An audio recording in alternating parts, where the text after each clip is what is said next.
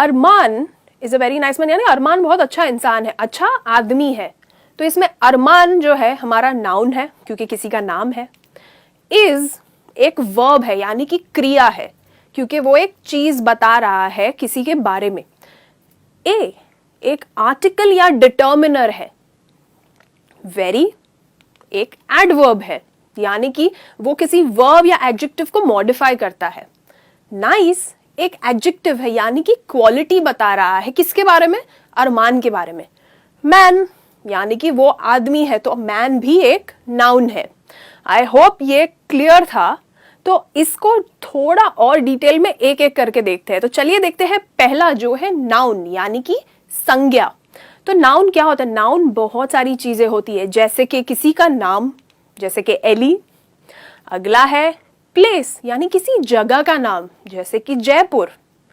या फिर किसी एनिमल यानी किसी एनिमल का नाम, बर्ड का नाम, ऐसे जो भी इंसान के अलावा लिविंग थिंग होता है उसका नाम, जैसे कि डॉग।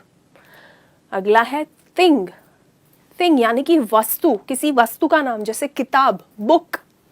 अगला इंटरेस्टिंग है एब्स्ट्रैक्ट यानी कि एक चीज जो दिखती नहीं है, टच नहीं कर सकते हो पर है, जैसे कि लव। देख नहीं सकते पर एग्जिस्ट करती है। आई होप नाउन क्लियर था आपको। तो चलिए देखें अगला कौन सा है। प्रोनाउन यानी सर्वनाम। प्रोनाउन का काम है नाउन को रिप्लेस करना, यानी बार बार नाउन को यूज ना करना हो तो प्रोनाउन को यूज किया जाता है। चलिए एग्जाम्पल देखें। Pooja is nice, Pooja is my sister, पूजा's मदर इज अ हाउसवाइफ। ये बार बार पूजा पूजा पूजा, इतनी पूजा की आरती क्यों उतारनी है हमें? पूजा को रिप्लेस करके हम प्रोनाउन के साथ कैसे बोल सकती है, चलिए देखें। Pooja is a nice girl, पूजा अच्छी लड़की है। शी इज माई सिस्टर, वो मेरी बहन है। Her mother is a housewife, उसकी मम्मी हाउसवाइफ है। देखिए यहाँ पे हमने शी को प्रोनाउन, इसका प्रोनाउन लगा दिया शी, यहाँ पे प्रोनाउन लगा दिया हर। तो ये बार बार के पूजा के रटन के अलावा हम मतलब रचन के बजाय ये कर सकते हैं ना। ये साउंड कितना अच्छा करता है बार बार पूजा से। आई होप ये क्लियर था। तो चलिए बढ़े आगे। वर्ब यानी कि क्रिया, किसी इंसान के करते हुए को, उनके करते हुए जो एक्शन होता है, वो जो कर रहे हैं कोई क्रिया या फिर स्थिति। चलिए एग्जाम्पल देखें। दीपिका इज ईटिंग यानी कि दीपिका खा रही है। तो अब इस सेंटेंस में दीपिका एक नाउन है क्योंकि एक लड़की का नाम है। इज एक वर्ब है यानी क्रिया है, हेल्पिंग वर्ब है वो। ईटिंग ये मेन वर्ब है आपका, खा रही है वो। तो यहाँ पे ये जो है ये मेन उसका खाने का काम है, इसीलिए वो खा रही है। क्रिया मेन ये है और ये इज एक हेल्पिंग वर्ब है। आई होप ये क्लियर था। इज सिंगुलर है, आर प्लूरल वर्ब है। चलिए बढ़ते हैं आगे। एडजेक्टिव यानी कि विशेषण, किसी भी चीज का, चीज की क्वालिटी। तो जो भी नाउन या जिसी भी चीज की बात हो रही है उसके बारे में अगर आप कुछ बोलना चाहते हो कि उसकी क्या क्वालिटी है, तब आप एडजेक्टिव यूज करते हो। एडजेक्टिव, इसको शॉर्ट में आपने शायद ऐसे भी देखा होगा, एडीजे। चलिए इसका एग्जाम्पल देखें। अर्जुन इज हैंडसम यानी कि अर्जुन जो एक नाउन है, इज हमने अभी देखा था, इज एक हेल्पिंग वर्ब है, और हैंडसम ये उसकी क्वालिटी है कि अच्छा दिखता है वो, तो ये है एडजेक्टिव। अर्जुन अच्छा दिखता है। देखा कितना सिंपल है। तो चलिए बढ़ते हैं आगे। एडवर्ब यानी कि क्रिया विशेषण। एडवर्ब दोस्तों बहुत इंटरेस्टिंग है क्योंकि ये एक वर्ब को या एक एडजेक्टिव को या एडवर्ब को मॉडिफाई करने के लिए यूज होता है। तो चलिए इसका एग्जाम्पल देखें। ये तो सब जानते हैं, Priyanka Chopra. She is an extremely beautiful girl यानी कि वो बहुत सुंदर है। कई लोग कहते हैं बहुत सुंदर है। तो इसके पार्ट्स देखे। चलो, शी एक प्रोनाउन है। वैसे दोस्तों आपको बता दूं, इसके पहले आपका सेंटेंस होना चाहिए कि दिस इज प्रियंका चोपड़ा। तो आपने जब, और यहाँ पे मुझे बोलने की जरूरत नहीं पड़ी क्योंकि मैंने आपको फोटो दिखा दिया और आपको पता है कि ये प्रियंका चोपड़ा है। तो हमने सीधा प्रोनाउन यूज किया है शी। फिर है इज जो हमारा हेल्पिंग वर्ब है। नेक्स्ट है एन जो एक आर्टिकल है, जो हम थोड़ी देर में, ये हमने सुना है पर थोड़ी देर में अच्छे से देखेंगे क्या है। एक्सट्रीमली ये हमारा एडवर्ब है, क्योंकि ये मॉडिफाई कर रहा है इस एडजेक्टिव को। सुंदर है, पर कितनी सुंदर है? बहुत सुंदर है, बहुत सुंदर है, अति सुंदर है। तो ये जो बहुत लगा दिया है ये एडवर्ब है, क्योंकि इसने आपके एडजेक्टिव को मॉडिफाई कर दिया है। सिर्फ ब्यूटीफुल नहीं कहा, एक्सट्रीमली। और गर्ल एक नाउन है। देखा, तो ये एक्सट्रीमली ब्यूटीफुल गर्ल हमने एडजेक्टिव को मॉडिफाई कर दिया है।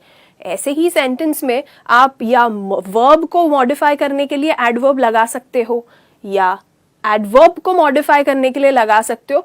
कई चीजों के लिए एडवर्ब मॉडिफाई करने के लिए यूज होता है। आई होप ये क्लियर था। तो चलिए बढ़ते हैं आगे।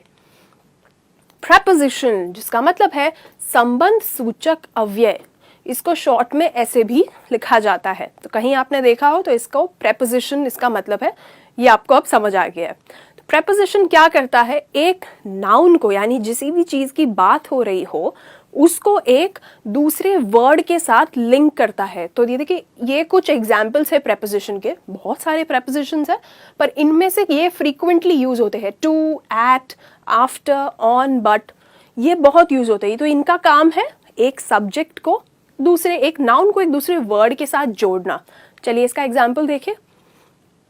आई want him to cook delicious food for me, यानी मैं चाहती हूँ मेरे लिए वो बहुत बहुत स्वादिष्ट खाना बनाए। तो चलिए देखिए, आई एक प्रोनाउन है, want एक वर्ब है क्योंकि मैं चाहती हूं, क्रिया है ये। हिम भी एक प्रोनाउन है, अगला है टू, ये इसकी बात हो रही है दोस्तों, टू। कुक, ये कुक जो वर्ब है, इस प्रोनाउन ने इस वर्ब को मिला दिया है, लिंक कर दिया है। मैं चाहती हूं कि वो मेरे लिए खाना बनाए, तो मैं चाहती हूं कि वो कुक करे मेरे लिए, तो ये की के लिए है टू। आई होप ये क्लियर था। चलिए आगे देखिए। डिलिशियस एडजेक्टिव यानी क्वालिटी, कैसा खाना बनाए? बहुत स्वादिष्ट खाना बनाए। फूड एक नाउन है, फॉर एक प्रेपोजिशन है, और मी एक प्रोनाउन है। देखिए, और एक प्रेपोजिशन हमने यूज किया है। तो हमने ये नहीं कहा, सोचिए प्रेपोजिशन के बिना सेंटेंस कितना गलत साउंड करेगा, क्योंकि लिंक नहीं हो रहा है। I want him cook delicious food me, तो ये प्रेपोजिशन बहुत इंपॉर्टेंट है लिंक करने के लिए। Delicious food for me. I hope ये क्लियर था। तो चलिए बढ़ते हैं आगे। कंजंक्शन यानी कि संयोजक। कंजंक्शन का मेन काम है किसी दो सेंटेंस या किसी दो क्लॉज को ज्वाइन करना, जैसे कि एंड, बट, और वगैरह वगैरह। चलिए इसका एग्जाम्पल देखें। ये देखिए, Rachel and I are going to play, यानी कि रेचल और मैं खेलने वाले हैं। यहाँ पे देखिए खेल रहे माँ बाप और बेटी। तो रेचल एक नाउन है, एंड एक कंजंक्शन है, यानी कि उसने रेचल और आई को मिला दिया है साथ में। तो अब अगर आप देखो तो ये प्लूरल हो गया है, सब्जेक्ट्स क्योंकि दो मिल चुके हैं, इसीलिए ये आपका जो प्रोनाउन है, ये आई आपका प्रोनाउन है, पर ये जो आर है ये आपका प्लूरल वर्ब है। जो हमने थोड़ी देर पहले इज देखा था, इज सिंगुलर है, ये प्लूरल है। ये आपका वर्ब है। गोइंग, गोइंग आपका वर्ब है, ये जेरिंड है। जेरिंड कहते हैं जो आईएनजी वाले होते हैं, इसको भी वर्ब है। तो ये आर गोइंग दोनों वर्ब है। तो ये है नाउन कंजंक्शन प्रोनाउन, ये है वर्ब, ये आर गोइंग दोनों वर्ब। टू, प्रेपोजिशन, प्ले यानी कि क्रिया, खेलना है, तो ये हो गया आपका वर्ब। तो कंजंक्शन जो है इसने ज्वाइन कर दिया है रेचल एंड आई को, तो सिंगुलर से उसने दो सिंगुलर सब्जेक्ट्स को मिला के प्लूरल कर दिया है। आई होप ये क्लियर था। कंजंक्शन का दोस्तों वैसे और एक चीज होता है, जब दो चीजों की आपको बात करनी है, जैसे कि I want to do that but he will not let me, यानी कि मैं करना चाहती हूँ पर वो करने नहीं देगा, तब भी कंजंक्शन यूज होता है। देखा, दो सेंटेंस को मिला दिया। चलिए बढ़ते हैं आगे। इंटरजेक्शन यानी कि विस्मयादि बोधक अव्यय।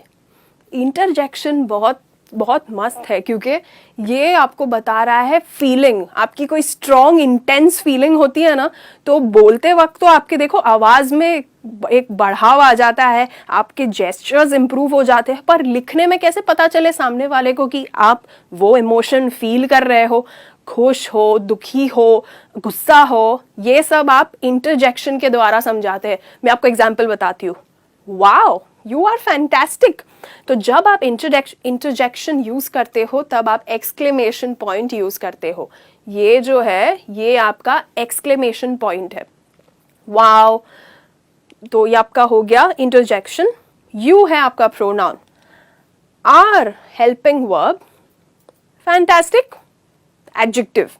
तो अब ये क्योंकि आपने किसी की तारीफ कर रहे हो तो सिर्फ यू आर फैंटास्टिक कहोगे तो कितना सिंपल लगेगा। वाओ कह के आप सामने वाले को बता रहे हो, ओ माय गॉड मुझे अच्छा लगा, मैं इम्प्रेस्ड हूँ। अगर ये ही आपको कोई सैड चीज हो तो आप ओ एच कह के भी, ऐसे कह के आपकी सैडनेस बता सकते हो, ओ और फिर आई एम सॉरी। तो आई होप अब तक के सारे टॉपिक्स क्लियर थे। तो चलिए बढ़ते हैं आगे और देखते हैं कौन सा है। डिटर्मिनर यानी निर्धारक, ये बताता है कि आपका नाउन कितना है या डिटरमाइन करता है या लिमिट करता है, सीमित करता है आपके एक नाउन को। तो डिटर्मिनर में हम यूज करते हैं काफी सारी चीजें, पर उनमें से एक आर्टिकल्स भी होते जो है ए, एन और द। ये 3 आर्टिकल्स के अलावा भी दूसरी चीजें होती है जो डिटर्मिनर में आती है। पहले हम इनकी बात करते हैं। तो इसका एग्जाम्पल देखते हैं। A man knows the value of money, यानी कि एक आदमी जानता है पैसे की कीमत। आई थिंक अब तक हमने काफी सारी टॉपिक्स कवर की है, तो आपको समझ तो आ गया होगा कि इसमें से कौन सी चीज क्या है। तो चलिए बोलिए, ए क्या होगा? आर्टिकल या डिटर्मिनर। तो एक इनडेफिनिट आर्टिकल, यानी कि आप बता रहे हो ये ए एन, ये इनडेफिनिट है क्योंकि ये किसी भी इंसान, किसी पर्टिकुलर इंसान नहीं, किसी भी जनरली आदमी के बारे में बात हो रही है।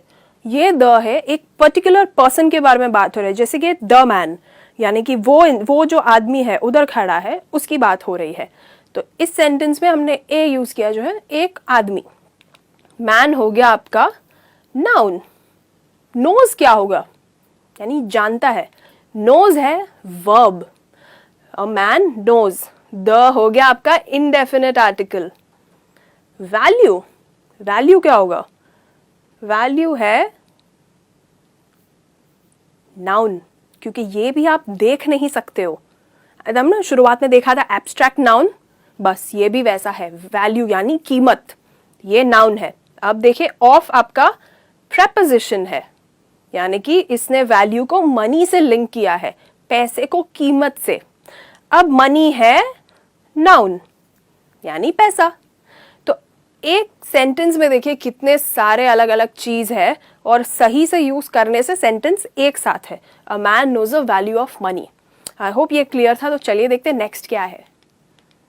Test your knowledge. हम देखेंगे ये, अब आपकी बारी है, आपने बताना है ये क्या है। सोचिए, her mother is a nice lady. उसकी मम्मी बहुत अच्छी वुमन है, बहुत अच्छी लेडी है। नाइस, लेडी को इसने बताया है कि ये कैसी टाइप की लेडी है, क्वालिटी बताई है। तो इसका आंसर है एडजेक्टिव। और एक देखते हैं, India is my country. Bharat मेरा देश है। कितना प्राउड फील होता है कहते हुए। बताइए इंडिया क्या है? इंडिया भारत का नाम, इंडिया एक कंट्री का नाम है, देश का नाम है। तो नाम है तो संज्ञा यानी कि नाउन।